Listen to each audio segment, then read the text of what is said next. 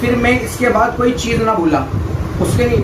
اور ایک آیت قرآن شریف کی پارہ نمبر 28 سورہ حشر آیت نمبر 6 اللہ پاک فرماتا ہے اور جو کچھ تمہیں رسول عطا فرمائے وہ لو اور جس سے منع فرمائے باز رہو اور اللہ سے ڈرو.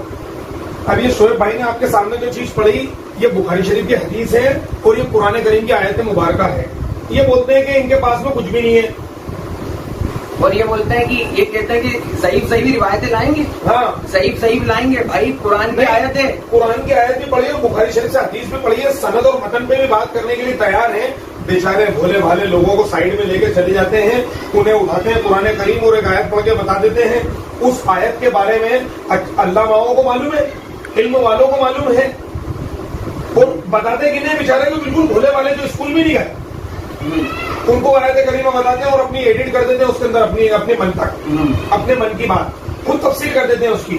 ٹھیک ہے, اب یہاں پہ ان کا اعتراض یہ تھا تو یہ صحابی رسول جو آپ نے حدیث پاک پڑھی آکل انہیں معلوم تھا اللہ رب العزت کی ذات دینے والی ہے, حق ہے, 2 رکعت نماز شکرانے کی پڑھتے, اللہ کی بارگاہ میں جاتے, اللہ سے مانگتے, سرکار کے وسیلے سے وہ بھی حق ہے.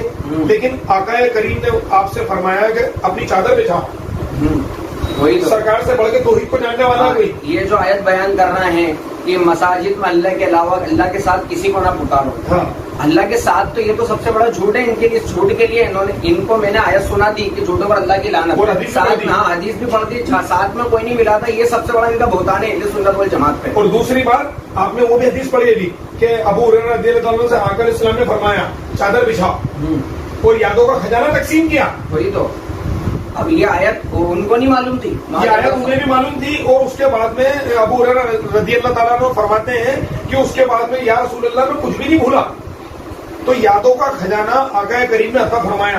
ارے اس کو تم غلط طریقے سے کیوں پیش کرتے ہو؟ اس کے پیچھے ایمان یہ ہے کہ اللہ رب العزت نے سرکار دو عالم صلی اللہ علیہ وسلم کو یہ نعمتیں عطا فرمائی جو آپ تقسیم کر رہے ہیں. بے شک ہے نا حدیث میں نہیں ہے کیا کہ دینے والا وہ ہے, تقسیم میں کرتا ہوں, ہے وہ بھی پڑھ کے سنائیں کیا, واللہ یؤتی انا قاسم, ہے نا. تو یہ ایک صحابی رضی اللہ تعالیٰ عنہ سے بڑھ کے ایمان, معاذ اللہ استغفر اللہ, ان کو قرآن کا فہم ہے, ان کو سمجھ میں آیا. چلیے اس کا جواب بھی ہم نے دے دیا ہے. اب پھر سے ویڈیو چلائیے.